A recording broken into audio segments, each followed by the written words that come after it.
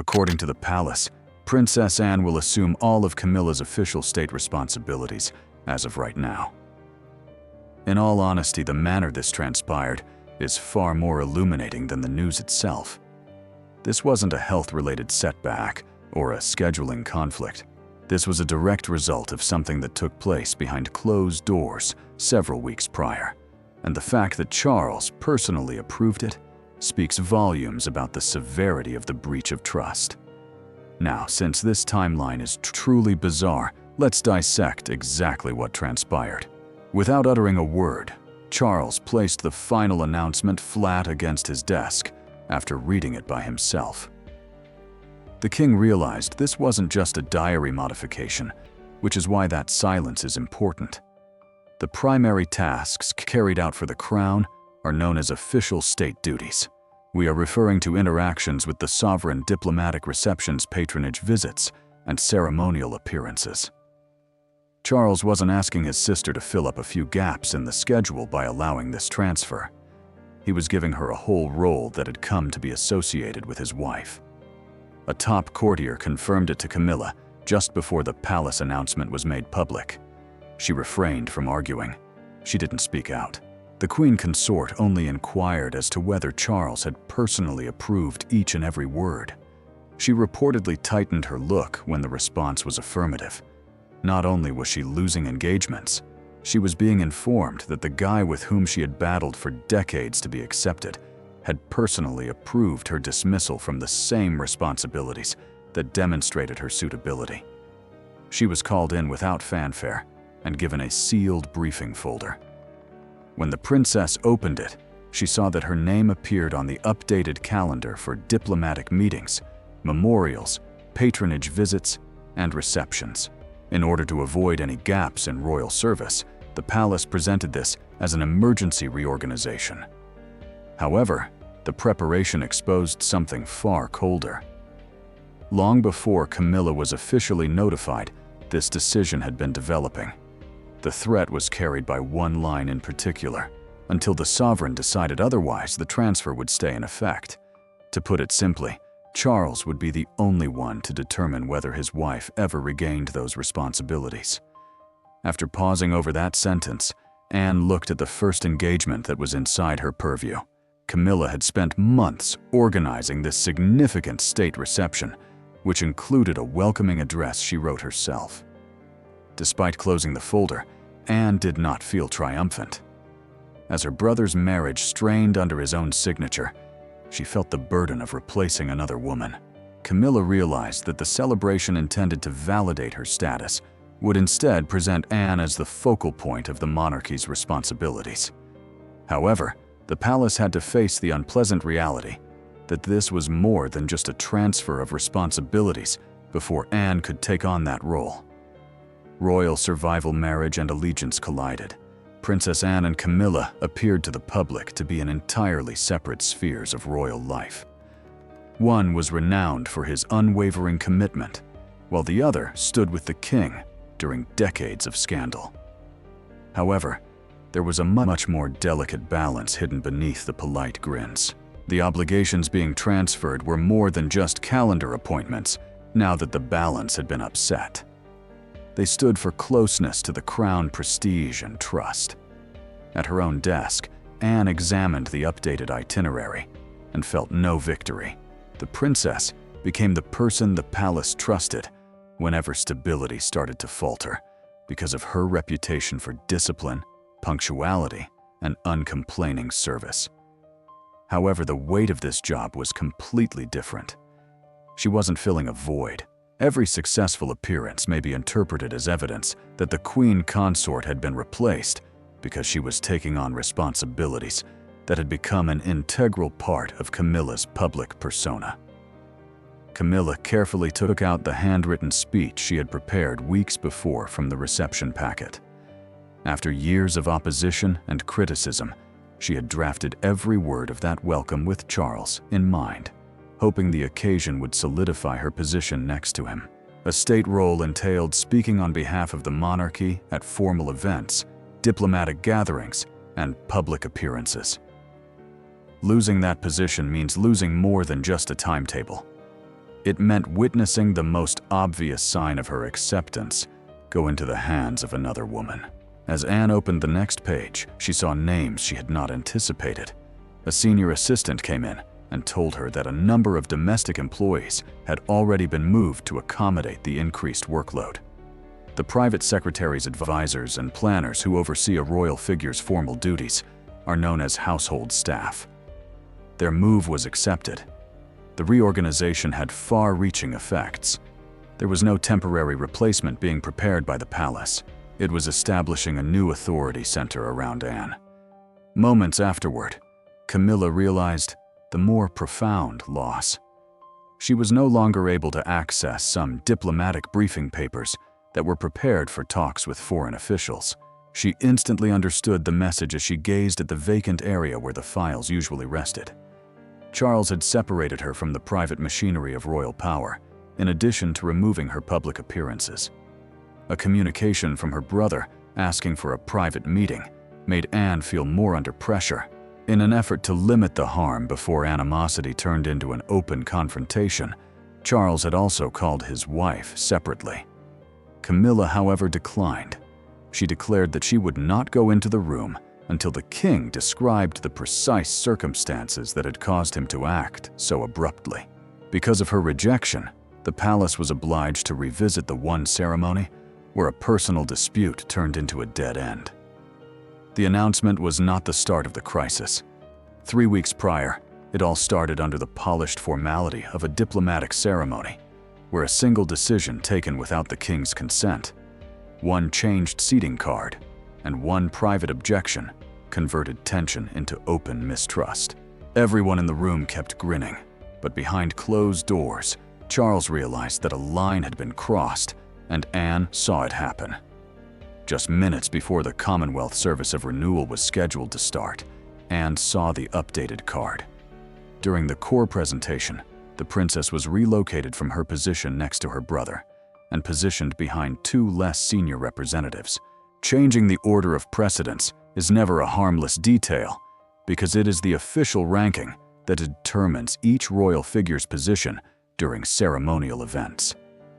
It has an impact on authority position and the message conveyed to all observing diplomats. After folding the card once, Anne went up to Camilla in private.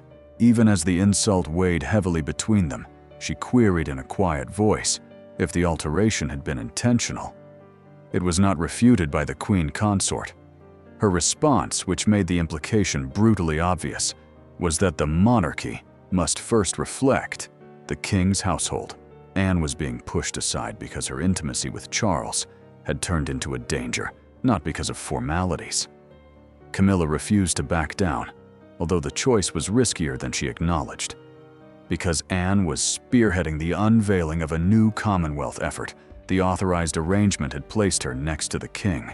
Moving her implied that personal rivalry was more important than the sovereign's plan, and undermined the event's overall framework. Anne, however, declined to respond in public. She went back to her position, fulfilled all her responsibilities, and despite the humiliation, preserved the ceremony's decorum. Only after the last visitor had left did Charles find out the truth. Placing the original design next to the modified version, a senior courtier indicated that the alteration had been approved without his agreement by using his authority. The larger betrayal became clear to the king as he gazed at both documents. His name had not been appropriated to address a real-world issue. It had been applied to resolve a personal conflict about status. Then, just hours before the nuptials, the courtier produced a recorded email that was delivered to Camilla's office. It made it quite obvious that the sequence could not be changed. Despite having received and comprehended the instruction, she chose to disregard it. Anne said that she would never publicly humiliate the crown, but that she would not permit the same incident to happen twice when Charles later questioned her about why she had kept quiet. Hello, viewers. Do you respect Princess Anne for calmly bearing this disgrace while defending the crown's dignity? If you agree with Princess Anne, leave a yes in the comments. To be honest, you are subtly endorsing people who prioritize personal competition over royal duty if you appreciate her commitment but choose not to subscribe. If you think Princess Anne is the real foundation of the monarchy, please subscribe, hit the like button, and forward this video to others. Charles didn't forget that response until the evening he finally brought Anne and Camilla together and confronted them with the truth. There were no secretaries taking notes, no photographers, and no ceremonial smiles to lighten the mood. Camilla came in, last followed by Charles and Anne. The dispute about a seating card and a reception schedule ended when the door closed. It turned into a confrontation about power humiliation and whether the crown's public machinery had been manipulated by personal allegiance. Charles gave the instruction for each assistant to stay outside and distribute the papers among themselves, because the problem was both constitutional and personal. The king had selected a private sitting room. Constitutional authority refers to the power associated with the sovereign's official position rather than just his desires as a brother or spouse.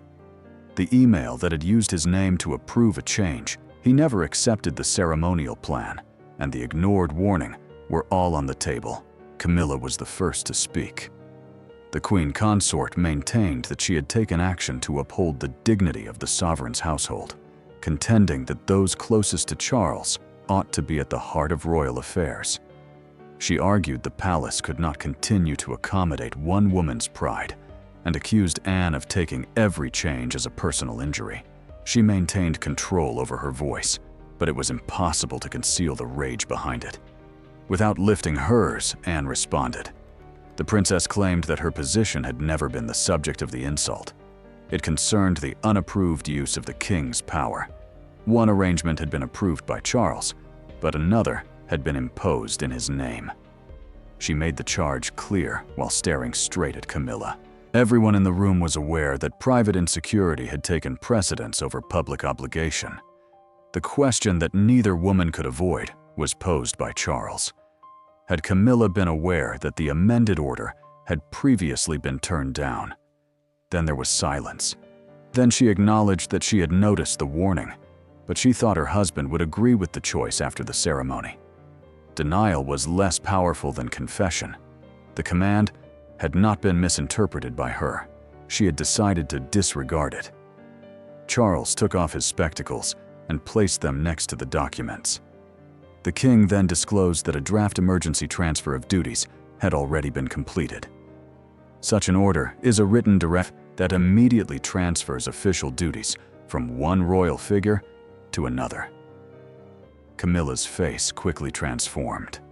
This meeting was neither an attempt at reconciliation nor a warning. Already the choice had progressed beyond words. During that confrontation, Camilla got up from her chair and turned to face her husband one last time.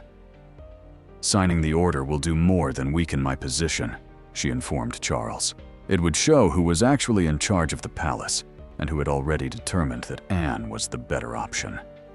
A more perilous question was posed by her last remarks. Was Anne the safest future for the monarchy already determined by a secret circle? Or was Charles acting alone? Rarely does a single spectacular command transfer royal power. Calendars, private secretaries, legal language, security briefings, and the unspoken consensus of those who know what can't go wrong are all part of it. Even though Charles signed the order, Anne's name kept coming up as the sole reliable response, and the machinery behind it had been running for days. As his private office assessed the damage, Charles listened. Patronages, foreign trips, investitures, military ceremonies, and appearances already scheduled in the royal calendar were all used by the king's counselors. The king, or another senior royal, bestows honors on members of the public during a ceremonial ceremony known as an investiture. Eliminating such responsibilities would be unsettling both domestically and internationally. There was no way to gradually replace Camilla. The palace wanted someone who wouldn't hesitate to take the initiative. That assurance was provided by Anne. The princess already had a heavy job, was aware of constitutional limits, and had steered clear of the personal disputes that could make every appearance into a fight. She was the strongest option because of her discipline, But that strength also posed a risk. The more trustworthy she seemed, the more intentional, long-lasting, and intimate Camilla's removal would appear. William carefully considered each word after receiving the briefing in private. Anne could stabilize the organization, safeguard the schedule, and comfort foreign visitors, the prince informed his father. Then he gave Charles the warning he had been trying to avoid. Although the choice would save the monarchy's reputation, it might irreversibly harm his marriage. The future monarch recognized that sacrifice was frequently necessary to maintain regal stability. However, he was also aware that certain wounds remained open after the declaration. Charles acknowledged what his advisors had not anticipated. He believed he had let both women down. By letting fear and insecurity fester unchecked, he had let Camilla down as a husband. By asking Anne to put up with silent humiliations in the sake of family harmony, he had failed her as a brother. Now the monarch had to deal with the brutal outcome of that silence. They had all been weakened by defending one connection. A number of foreign delegations' documented concerns were then given by the advisors.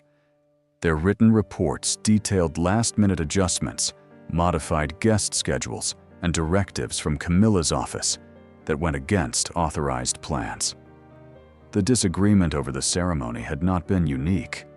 It had only revealed a pattern that was now impossible to ignore. Anne made one demand before agreeing to serve.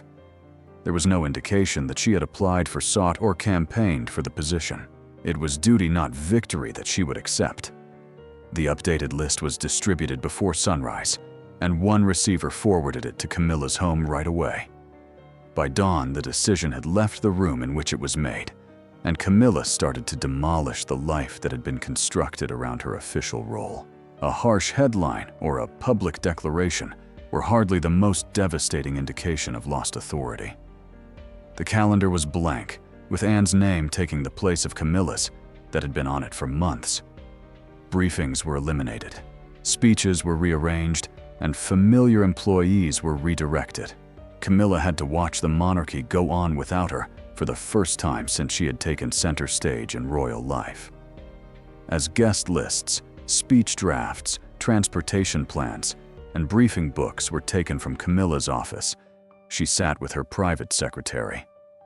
In quiet, the Queen Consort saw months of planning go. Briefing books are official documents that include names, timetables, background information, and advice for royal engagements. She wouldn't have the knowledge required to represent the crown without them. No announcement could bring the transfer to life like that defeat did.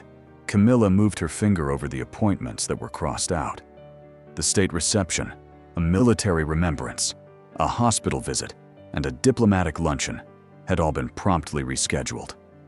Every occasion had been significant because it linked her to the public persona she had worked for years to develop. To get to the heart of royal life, she had to put up with mistrust, criticism, and opposition. The evidence that the battle had been worthwhile had now been taken away one morning. Camilla inquired as to if she was still in charge of any formal duties. After a moment of hesitation, her private secretary clarified that only private charitable contact could proceed. Because of this relationship, she was able to directly support issues without speaking on behalf of the monarchy. The difference was profound. She was no longer able to speak with the authority of the crown behind her, but she could still write care and offer assistance. Within her own home, the rift grew. One long-standing assistant resigned right away, claiming that loyalty could not be transferred like a diary entry, and refused to join Anne's staff. Another did not object to the new role. Camilla listened both rulings and comprehended what they disclosed. Even those in her immediate vicinity had to decide between institutional survival and personal attachment. Before Anne's first significant appearance, Charles asked her to meet him in a handwritten message. Neither an official summons nor an aide were sent by the king. In the hopes that she could still receive something personal, he wrote the request himself. After reading it once, Camilla placed it next to the deleted state files without responding. Her quiet was not serene. She believed that was her only remaining control. When Anne found out that the note had not been touched, she felt the weight shift once more. The princess realized that carrying out the responsibilities without suffering the consequences would convert service into a type of silent punishment. Anne went across the palace by herself and requested the talk that everyone else had been too scared to set up before taking Camilla's place. Anne's presence was not publicized by any assistants. What came next was not documented in any official record. Neither the authority that had suddenly been placed in her hands nor the duty folder were with her when she arrived. Camilla was waiting next to a closed journal that was ready to be accused. Rather, Anne presented a more challenging option. The truth was that Anne had asked for the meeting before taking on the state reception, without ceremony, without witnesses, and without the protection of royal titles. The princess thought that while both women were imprisoned in silence, the transfer could not start. Camilla didn't agree until she was certain Charles wouldn't be there. There wouldn't be an institutional buffer if the king wasn't there. When royal authority advisors or official procedure stands between two people, formal protection is formed. Neither woman could conceal herself behind duties this time. Anne was the first to speak. She informed Camilla that she did not view the choice as a personal triumph, and that she had never desired the reallocated responsibilities. She would bear the burden of another woman's loss with each engagement she accepted. But when the stability of the crown was in jeopardy, she could not refuse. Uncertain foreign visitors canceled trips, and empty chairs would harm multiple households. They would give the impression that the monarchy was weak just when it needed to be in charge. After listening, Camilla revealed what she had been reluctant to say to Charles. The queen consort acknowledged that her insecurity was the reason behind the changed ceremony order. While Anne's position next to the monarch had been established via years of opposition, her esteem within the palace appeared effortless. Camilla was afraid of the comparison every time the princess stood near her brother. One woman seemed trustworthy by nature. The other still believed that she needed to establish her identity. Anne revealed something surprising, but she did not soften the reality. After 3 months, she had requested that Charles examine the transfer. The princess clarified that a formal review meant that after the current crisis had passed, the monarch would reevaluate whether the arrangement should remain in place. She didn't want to convert temporary duty into permanent exclusion, and she hadn't asked for permanent control. After opening the reception folder, Camilla took out the incomplete speech. She gave it to Anne and discreetly requested that the beginning homage not be altered, because it was meant to commemorate Charles rather than either of them. The gesture shattered the quiet that had tightened around them, but it did not rebuild trust. For the first time, Camilla did not see an adversary replacing Anne once she took the pages. Camilla picked up the king's handwritten message after Anne departed. After reading it once more, she made her way to the private room where Charles had been waiting. Although their chat altered the significance of Anne's initial arrival, it did not reinstate Camilla's authority. And that distinction was about to be seen by the entire world. The announcement had already gained national attention by the time Anne showed up at the state reception. Every move was scrutinized for victory, bitterness, or defiance. Yet Anne, walking under royal banners, was hardly the defining picture. The princess was holding Camilla's handwritten speech in the picture, which was taken just before the doors opened. Her thumb was resting over a line that neither woman had decided to remove. As the reception started, regular programming was interrupted by broadcasters. They clarified that instead of just making one appearance, Anne had now taken on a full state schedule that had been transferred from Camilla. Senior royals greet ambassadors, officials, and honored visitors on behalf of the crown during a state reception. The incident was significant because any indication of uncertainty would imply that the monarchy's capacity to carry out its public responsibilities had been compromised by internal strife. Anne hesitated, then went in. The princess was aware of the brutality that came with success. Camilla's dismissal might seem appropriate if she exuded complete confidence. Charles's choice would appear rash if she hesitated. Palace employees insisted that royal duties would continue unhindered, and spoke of continuity on multiple occasions. However, Anne was aware that every composed statement she made would be evaluated against the lady whose voice was still in her control. Beside Charles, Camilla watched the program.